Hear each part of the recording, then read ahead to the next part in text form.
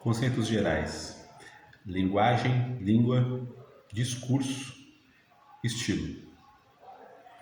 Linguagem é um conjunto de processos resultados de uma certa atividade psíquica profundamente determinada pela vida social, que torna possível a aquisição e o emprego concreto de uma língua qualquer. Usa-se também o termo para designar todo o sistema de sinais que serve de meio de comunicação entre os indivíduos. Desde que se atribua valor convencional a determinado sinal, existe uma linguagem. A linguística interessa particularmente uma espécie de linguagem, ou seja, a linguagem falada ou articulada.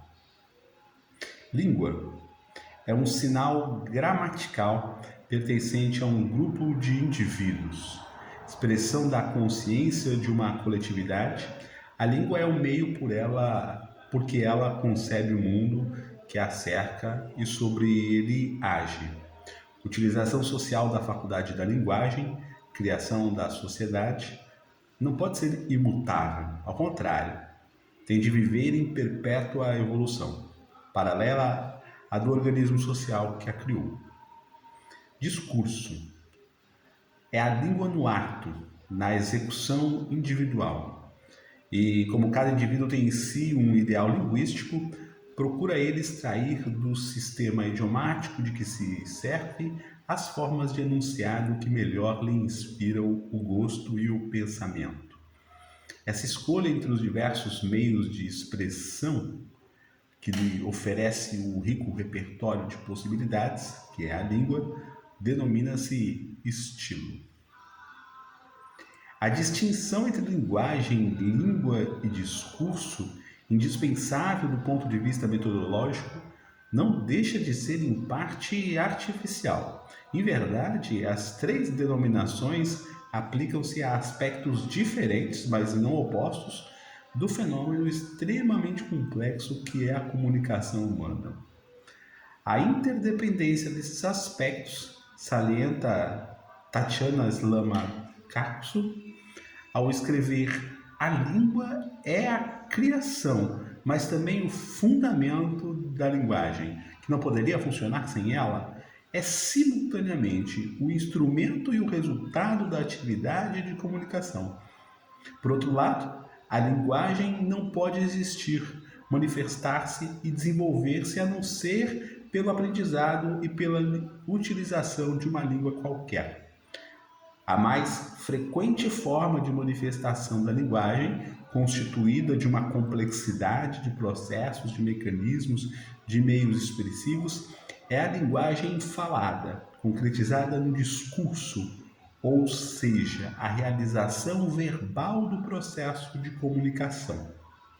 O discurso é um aspecto da linguagem, o mais importante, e, ao mesmo tempo, a forma concreta sob a qual se manifesta a língua.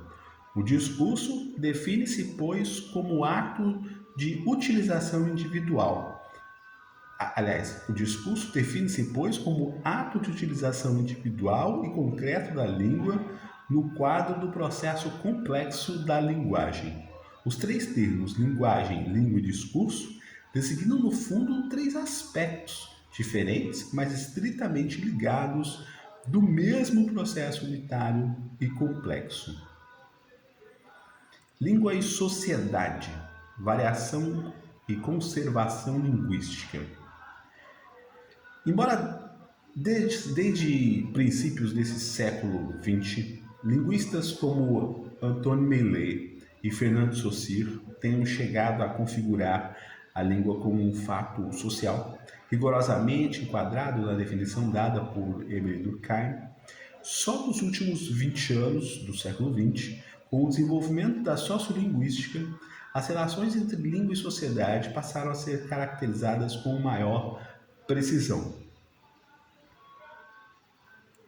A sociolinguística, ramo da linguística que estuda a língua como fenômeno social e cultural, veio mostrar que estas inter-relações são muito complexas e podem assumir diferentes formas. Na maioria das vezes, comprova-se uma covariação do fenômeno linguístico e social. Em alguns casos, no entanto, faz mais sentido admitir uma relação direcional, a influência da sociedade na língua ou da língua na sociedade. É, pois, recente a concepção de língua como um instrumento de comunicação social, maleável e diversificado em todos os seus aspectos, meio de expressão de indivíduos que vivem em sociedades também diversificadas social, cultural e geograficamente. Nesse sentido, uma língua histórica não é um sistema linguístico unitário, mas um conjunto de sistemas linguísticos, isso é, um dia-sistema, no qual se interrelacionam diversos sistemas e subsistemas. Daí o estudo de uma língua revertir-se de extrema complexidade, não podendo prescindir de uma delimitação precisa dos fatos analisados para controle das variáveis que atuam em todos os níveis nos diversos eixos de diferenciação. A variação sistemática está hoje incorporada à teoria e à descrição da língua. Em princípio, uma língua apresenta pelo menos 3 tipos de diferenças internas, que podem ser mais ou menos profundas. Diferenças no espaço geográfico ou variações diatópicas, falares locais, variantes regionais e até intercontinentais. Diferença entre as camadas socioculturais ou variações diatrásticas, nível culto, língua padrão, nível popular, etc. E diferenças entre os tipos de modalidade expressiva ou variações diafásicas, língua falada, língua escrita, língua literária, linguagens especiais, linguagem dos homens, linguagem das mulheres, etc. A partir da nova concepção da língua como dia-sistema, tornou-se possível o esclarecimento de numerosos casos de polimorfismo, de pluralidade de normas e de toda a inter-relação dos fatores geográficos, históricos, sociais e psicológicos que atuam no complexo operar de uma língua e orientam a sua deriva. Condicionada de forma consistente dentro de cada grupo social e parte integrante da competência linguística dos seus membros, a variação é, pois, inerente ao sistema da língua e ocorre em todos os níveis, fonético, fonológico, morfológico, sintático, etc. E essa multiplicidade de realizações do sistema em nada prejudica as suas condições funcionais. Todas as variedades linguísticas são estruturadas e correspondem a sistemas e subsistemas adequados às necessidades de seus usuários. Mas o fato de estar a língua fortemente ligada à estrutura social e aos sistemas de valores da sociedade conduz a uma avaliação distinta das características das suas diversas modalidades diatópicas, diatrásticas, diafásicas. A língua padrão, por exemplo, embora seja uma entre as muitas variedades de um idioma, é sempre a mais prestigiosa, porque atua como modelo, como norma, como ideal linguístico de uma comunidade. Do valor normativo decorre a função coercitiva sobre as outras variedades, como que se torna uma ponderável força contrária à variação. Numa língua existe, ao lado de força centrífuga da inovação, a força centrípeta da conservação, que, contrarregando a primeira, garante a superior unidade de um idioma como o português, falado por povos que se distribuem pelo menos 5 continentes. Diversidade geográfica da língua, dialeto e falar. As formas características de uma língua assumem regionalmente, as formas características que uma língua assume regionalmente denominam-se dialetos. Alguns linguistas, porém, distinguem entre variáveis diatópicas o falar do dialeto. Dialeto seria um sistema de sinais desgarrados de uma língua comum, viva ou desaparecida, normalmente como uma concreta delimitação geográfica, mas sem uma forte diferenciação diante de outros da mesma origem. De modo secundário, poder-se-ia também chamar dialetos as estruturas linguísticas simultâneas de uma outra que não se alcançam à categoria de língua. Falar seria a peculiaridade expressiva própria de uma região e que não apresenta o grau de coerência alcançado pelo dialeto. Caracterizar-se-ia, do ponto de vista diacrônico, segundo Manuel Alvar, por ser um dialeto empobrecido, que, tendo abandonado a língua escrita, convive apenas com as manifestações orais. Poder-se-iam ainda distinguir, dentro dos falares regionais, os falares locais, que, para o mesmo linguista, Manuel Alvar, corresponderiam a subsistemas idiomáticos de traços pouco diferenciados, mas com matizes próprios dentro da estrutura regional a que pertencem, cujos usos estão limitados a pequenas circunscrições geográficas, normalmente com caráter administrativo. No entanto, à vista da dificuldade de caracterizar na prática as duas modalidades diatópicas, empregaremos nesse livro, a gente está com o Celso Cunha, e particularmente no capítulo seguinte, o termo dialeto no sentido de variedade regional da língua, não importando seu maior ou menor distanciamento com referência à língua padrão. A noção de correto. Uma gramática que pretenda registrar e analisar os fatos da língua culta deve fundar-se num claro conceito de norma e de correção idiomática. Permitimos-nos, por isso, uma ligeira digressão a respeito desse controvertido tema, a noção do correto. Os progressos dos estudos linguísticos vieram a mostrar a falsidade dos postulados em que a gramática logicista e latinizante estavam a correção idiomática, e com isso deixaram o preceptismo gramatical inerme diante da reação anticorretista que se iniciou no século passado e vem assumindo em nossos dias atitudes violentas, não raro contaminadas de radicalismo ideológico. Por outro lado, a ideia sempre renovada de que o povo tem o poder criador e a soberania em matéria de linguagem associa-se naturalmente a outra, a de considerar elemento perturbador ou estéril a interferência da força conservadora ou repressiva dos setores cultos. Contra essa concepção demolidora do edifício gramatical, pacientemente construído desde a época alexandrina, com base na analogia, levantam-se alguns linguistas modernos procurando fundamentar a correção idiomática em fatores mais objetivos. Dessa nova linha de preocupações foi precursor Adolf Norin, o linguista sueco a cujas ideias geniais hoje se começa a fazer justiça. Para Norin, há 3 critérios principais de correção por ele denominados histórico-literário, histórico-natural e racional. O último, obviamente, o seu preferido. De acordo com o critério histórico-literário, a correção estriba-se essencialmente em conformar-se com o encontrado nos escritores de uma época pretérita, Em geral, escolhida arbitrariamente. É o critério tradicional de correção, fundada no exemplo dos clássicos. O segundo critério, o histórico-natural de Norin, e que Jaspin prefere chamar anárquico, baseia-se na doutrina a que nos referimos de que a linguagem é um organismo que se desenvolve muito melhor em estado de completa liberdade, sem entraves. Dentro desse ponto de vista, não pode haver, em princípio, nada correto ou incorreto na língua.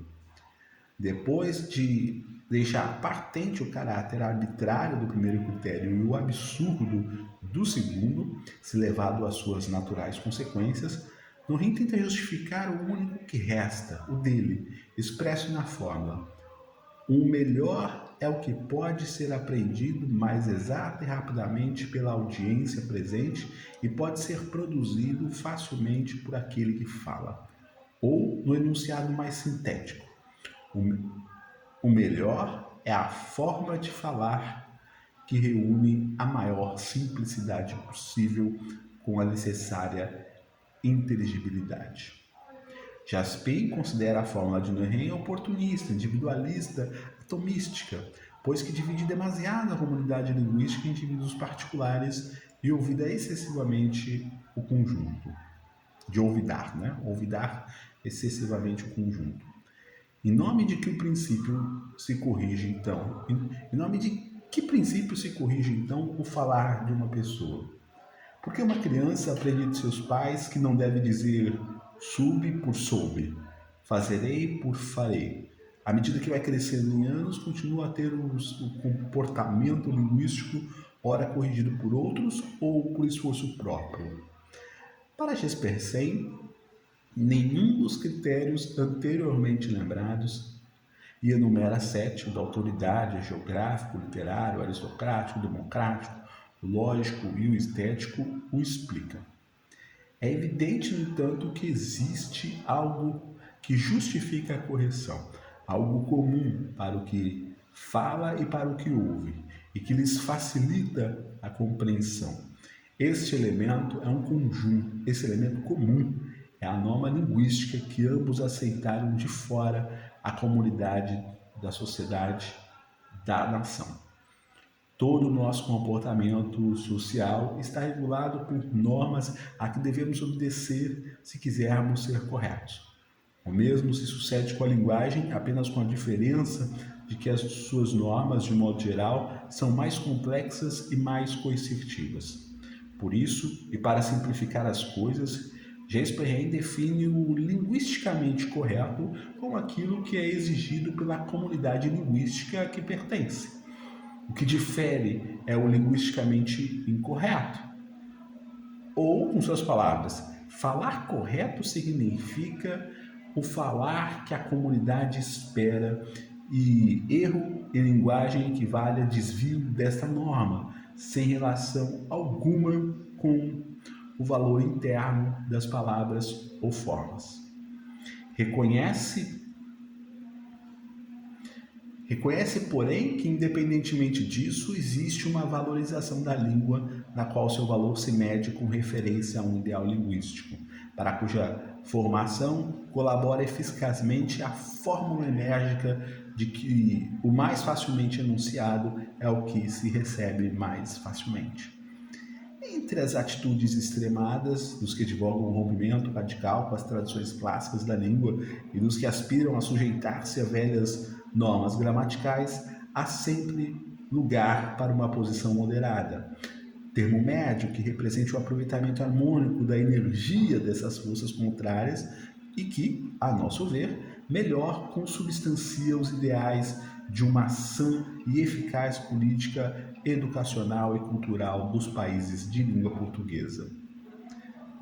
Na linguagem, é importante o polo da variedade, que corresponde à expressão individual, mas também o é da unidade, que corresponde à comunicação interindividual e é garantia da intercompreensão.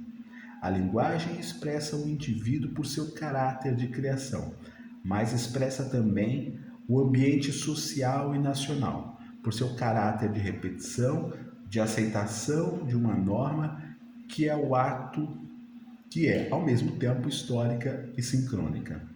Existe o falar porque existem indivíduos que pensam e sentem, e existem línguas como entidades históricas e como sistemas e normas ideais, porque a linguagem não é só expressão, finalidade em si mesma, senão também comunicação, finalidade instrumental, expressão para outro, cultura objetivada historicamente que transcende ao indivíduo. A hipótese da linguagem monolítica não se assenta numa realidade e sua corporificação nas gramáticas não tem sido benéfica ao ensino nos diversos idiomas. Sem dúvida nenhuma, vai dizer Jacobson, para qualquer comunidade linguística, para todo indivíduo falante, existe uma unidade de língua. Mas esse código global representa um sistema de subcódigos em comunicação recíproca. Cada língua abarca vários sistemas simultâneos, cada um dos quais se caracteriza por uma função diferente. Se uma língua pode abarcar vários sistemas, ou seja, as formas ideais de sua realização e sua dinamicidade, o seu modo de fazer-se pode também admitir por várias normas, que representam modelos e escolhas que se consagram dentro das possibilidades de realizações de um sistema linguístico, mas pondera Eugênio Courciliou, o lúcido mestre de Tübingen. Se é um sistema de realizações obrigatórias, consagradas social e culturalmente, a norma não corresponde, como pensam certos gramáticos, ao que se pode ou se deve dizer, mas ao que já se disse e tradicionalmente se diz na comunidade considerada.